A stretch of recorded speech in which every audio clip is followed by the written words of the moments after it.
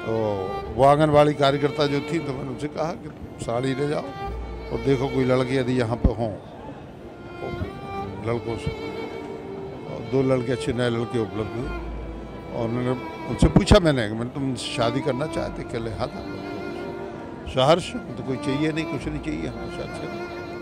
बच्चियों से मैंने पूछा तो उन्होंने हंस दिया, आंखों से आंसू निकल आए। तब मुझको लगा कुछ कर। अब बाबू बोल रहे हैं कुछ ऐसी, क्योंकि आंख में आंसू आ रहे हैं आपके। बहुत गरीबी है, अभी बहुत गरीबी है, लोग पहचान नहीं पा रहे। 60 साल के आदमी के साथ 16-18 साल की बिटिया क्या गुजर रही है, मजबूरी के कारण, कर्जदारी के कारण। पुण्य का काम इसलिए कहलाता है। ये कन्यादान तो कहलाता है, लेकिन पुण्य विवाह समारोह में हमेशा इसको कहता हूँ। पुण्य विवाह हमारी संस्कृति में स्कंद पुराण में उल्लेख है, कई पुराणों में उल्लेख है। पुण्य विवाह का अनंत महत्व है, सहस्त्रों यज्ञों के बराबर महत्व है। जो लोग इसको जानते हैं, ठीक है, और जो लोग सरकारी रूप में इसको चलाना चाहते हैं उल्टा सीधा कुछ भी, कि हमने तो नंबर गिना दिए, हम नंबर गिनाने वाली राजनीति नहीं करते, दिल से करते हैं जो कुछ भी करते, नहीं तो नहीं करते। नमस्कार, मैं हूं ब्रह्मदत्त दुबे, आप सागर एक्सप्रेस न्यूज के साथ हैं। झुकाना सीखना पड़ता है सर लोगों के कदमों पर, जमहूरियत में यूं ही हाथ सरदारी नहीं आती। तारीखें हमने भी देखी हैं और जमाने ने भी देखी हैं, लेकिन अक्सर एक शख्स और एक नेता पर हमारी नज़र क्यों ठहरती है, वजह बिल्कुल साफ है। लगातार 20 सालों से जब सरकार ने योजना नहीं बनाई थी, उस वक्त समाज के पिछड़े, मुफलिसी और गरीबी के तबके पर किसी की नजर गई तो वो नाम है पंडित गोपाल कृष्ण भार्गव। लगातार 20 साल से यूं ही शादी होती है, और शादी वो भी घर जैसी। तो ये जो अंदाज है, सियासी अंदाज, भले मुख्यमंत्री योजना में कई के किसी कैसे होंगे, लेकिन जब जब इनकी शादी होती है तब एक चर्चा जरूर प्रदेश में होती है। तो मुखातिब होंगे पंडित गोपाल कृष्ण भार्गव जी से। भाई साहब, अभी दौर चला है, आपने बोला एक बीच में कि दौर चले जाएंगे, सारी चीज़ें चली जाएंगी, लेकिन अगर गोपाल भार्गव की चमड़ी भी किसी के उपयोग आती है तो 1 इंच भी जो है पीछे नहीं हटेंगे। देखिए, मैं राजनीति में हूँ और राजनीति में सफलता ही मिलती है, नहीं भी मिलती है, पद भी मिलते हैं, नहीं भी मिलते हैं। लोगों ने यदि आप पर विश्वास किया है, आप पद पे हैं, विधायक हैं, मंत्री हैं, तो मेरा ये थोड़ा सोचना रहता है निजी रूप से कि हमें कुछ उद्देश्यों के लिए जीना चाहिए, कुछ हमारी न्यूनतम कार्यक्रम, न्यूनतम मान्यताएं या हमारे कुछ लक्ष्य होना चाहिए। कुछ भी हो, 2-4 लक्ष्य, सैकड़ों नहीं, सैकड़ों के लिए नहीं जाना जाता आदमी। इतिहास में यदि कोई व्यक्ति प्रसिद्ध हुए हैं तो किसी 1 या 2 या 3 कारणों से हुए, इससे ज़्यादा नहीं। दर्जनों कारण यदि आप पैदा करेंगे तो आप पीछे चले जाएंगे। तो जब शुरू में 2001 में मैंने कार्यक्रम किया था, उस समय मुझको लगा कि गरीबी है, मुफलिसी है, बदहाली है, बेबसी है, लाचारी है, और गरीब समाज के लोग बंधक बन जाते हैं, गहने बिक जाते हैं, ज़मीनें गिरवी रख जाती हैं, बिक जाती हैं, कुल मिला के चुका नहीं पाते। बड़े बड़े लोगों का जो लैंडलॉर्ड हैं, साहूकार हैं, बहुत बड़े भूमिपति हैं, और लोगों का कर्ज नहीं चुका पाते, गांव देहात के खास तौर से लोग। नगरों में भी, गरीब बस्तियों में लगभग यही हाल है। तो जब मैंने शुरू में शादी की तो उस समय मैंने देखा कि बच्ची के यहाँ पहनने को साड़ी नहीं।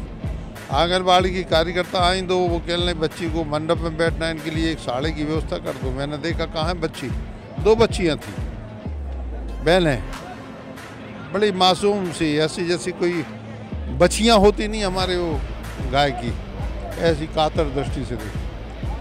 तो मैंने उनको बुलाया नज़दीक, मैंने कहा तुम्हारे पास पहने वो साड़ी नहीं है? एक साड़ी के 2 टुकड़े करके अच्छा पहने। पिताजी कहाँ हैं? पिताजी आए, तो मैंने पूछा क्यों, ये बच्चियों की शादी कहाँ कर रहे हैं?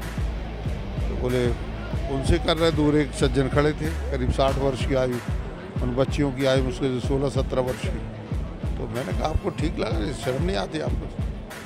बोले साहब इनसे 60,000 रुपये लिए थे, उस कारण से मुझे। गया, अजीब बात है, तुम कैसे बच्चियों के माँ बाप हो, तुम क्या दुश्मन हो?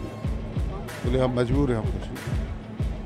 तो वो आंगनबाड़ी कार्यकर्ता जो थी, तो मैंने उनसे कहा कि साड़ी ले जाओ और देखो कोई लड़की यदि यहाँ पे हों लड़कों से, और 2 लड़के अच्छे नए लड़के उपलब्ध हुए।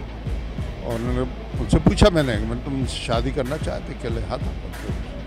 शहर से तो कोई चाहिए नहीं, कुछ नहीं चाहिए हमें शादी करना। बच्चियों से मैंने पूछा तो उन्होंने हंस दिया, आंखों से आंसू निकल आए।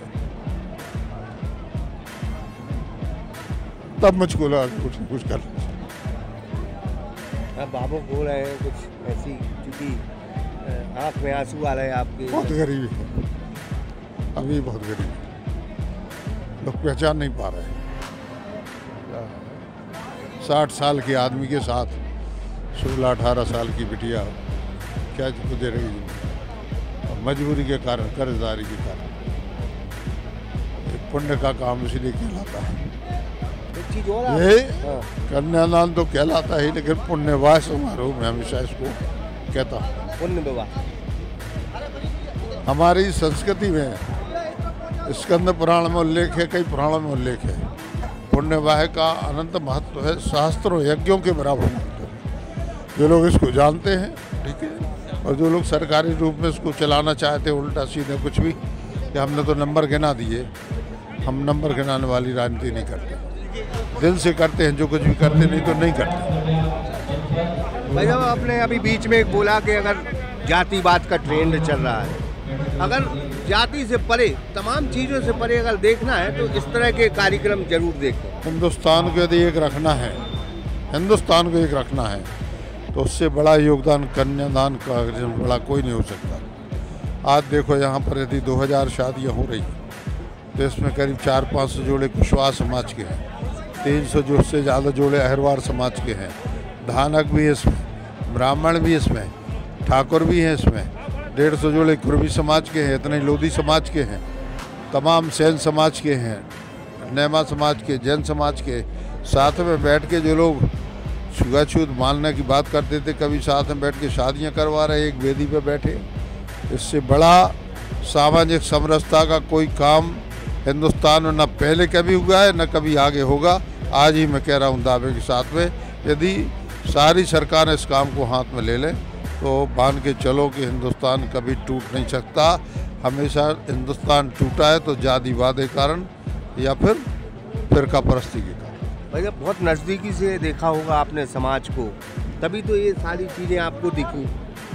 इतने साल से लगातार प्रयास कर रहे हैं, कुछ समाज में जाके घुस के देखना पड़ता है, कैसे नज़र आती है? देखिए, राजनीति 2 प्रकार से होती है, एक तो फैशनेबल राजनीति और दूसरी राजनीति होती है वास्तविक। थोड़ा गांव में जाके बैठ के घरों के भीतर चौपालों पे, चबूतरों पे या चाय की दुकानों पे, छोटी छोटी दुकानों पे सारी बातें पता चलती हैं। कभी खेतों खलिहानों तरफ चले जाओ, उस तरफ पता चलता है। कभी हाट बाज़ार में भी घूमा, उसमें भी मालूम चलता है। तो दर्जनों बातें पता चलती। मैं देखता हूँ सब्जी का थैला लिए कोई महिला 1-2 रुपये के लिए दुकानदार से गिचड़ रही है, तो फिर लगता है कि वास्तव में गरीबी तो है, परेशानी तो है। और यह जो है दिल्ली और भोपाल में एयर कंडीशन कमरों में बैठ के समझना संभव नहीं होता। इसलिए मैं 40-45 साल से ज़मीनी राजनीति करता हूँ, कर भी रहा हूँ। ईश्वर जनता मुझे इसमें सफल बना रही है। जब तक बनाती रही तब तक करता रहूँगा, और नहीं तो इसके बाद जो कुछ विश्राम करूँगा। विश्व कीर्तिमान हो गया आज लगभग, लेकिन शादी कहीं नहीं हुई। देखिए, दुनिया में तो कहीं दूसरे देशों में होती नहीं है, लेकिन हमारे हिंदुस्तान में जरूर मैं कह सकता हूँ कि इतनी नहीं हुई होंगी। मुझे कहीं पढ़ने नहीं मिला। बहुत बहुत बधाई हो उसके लिए।